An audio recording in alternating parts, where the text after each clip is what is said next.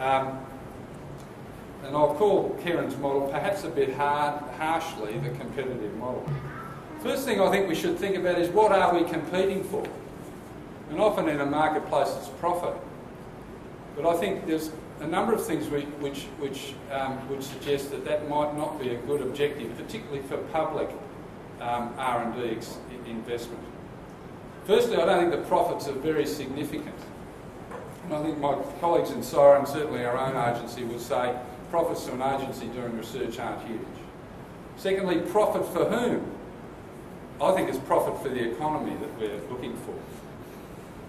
The second issue is the nature of the benefits actually lead to underinvestment of the private sector, and as a consequence the prominent role of governments in this endeavour. And the Productivity Commission would argue that roughly 75% of the investment in the recurrent area of this is government.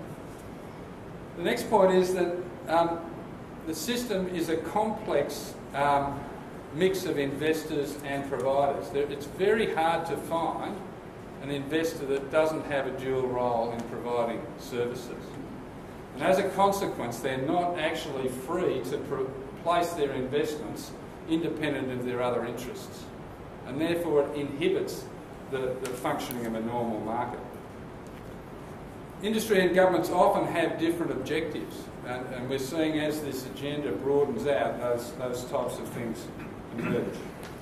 And communities and industries and governments can be inhibited from taking what would otherwise be a normal market-driven approach to an asset by other considerations. What are the community impacts of removing an asset from a country town, for example?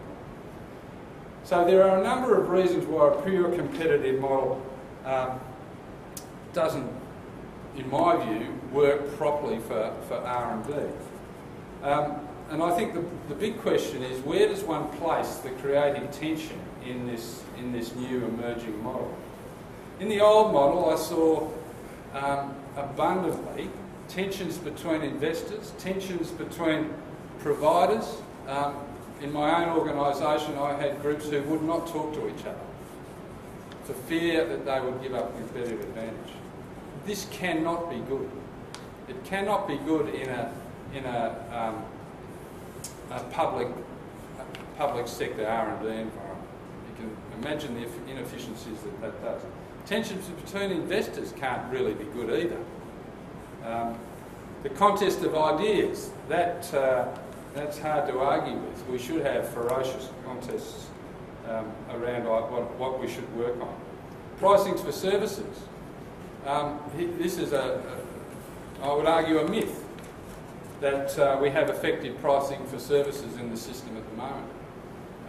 We see some groups marginal cost, some groups fully cost, many groups operating in the absence of any particular understanding of the competition policy. And finally, performance assessment. We should see plenty of creative tension in that space. I would like to see that the tension move to the contest of ideas and performance assessment.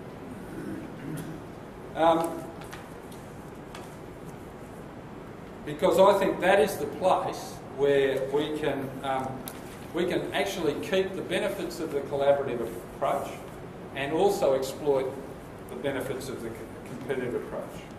Our challenge for the future look like this. And I'm not saying this is easy by any means. We need to keep all the investors engaged and aligned, our providers engaged and working together.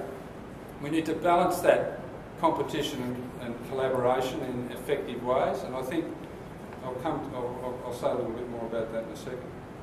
We have to improve our strategy quality and consistency. At the moment, the strategies are in various stages, and you're going to hear about one soon, which I think stands up there as one of the best. We must make it easy for parties to enter the game, and that is crucial to keep the system healthy. We need to keep an eye on investment levels and free riding. And as a consequence of that, we need to keep track of what's currently going in, and the data sets we have at the moment are generally fairly inadequate. Our governance and institutional design needs to change quite significantly. The governance needs to broaden to include all the players, and the institutional design needs to be improved to pick up that collaboration and competition exercise. Performance evaluation is vastly improving from what it was once, but it needs to go further. We should see much more efficiency in our processes, so researchers spend more time on their research work, for example, or extension officers on their extension work than less productive administrative processes. And we need to work on what are the new set of strategies. If CEOs and ministers are keen to proceed with this, what are the new set of strategies? And many of those will be in the space of cross-sector activity. Soils, for example, is one that's being talked about a lot. As I conclude, I think a too strong a focus on either competition or collaboration is simplistic. This is a complex system of many players with mixed roles, and it needs a more sophisticated approach than we've had in the past. We need to design governance, strategy development, investment and service provision processes which have an appropriate separation of roles, if not powers, and the checks and balances to keep the system efficient and effective. Alone, competitive forces will not work, and a strategic collaboration effort is essential in my view.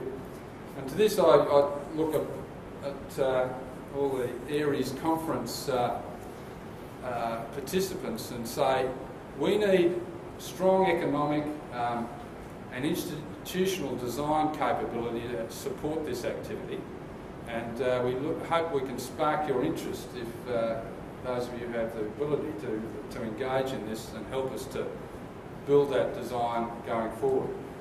My final word, Clyde, is to say I think we owe a debt to John Kerrin, and I know some of my comments drew attention to the deficiencies of the model that he was part of. I think we owe a debt to John Kerrin and to the industries we serve to strengthen and build on that legacy that he gave us to make sure that the system functions well into the future. Clyde.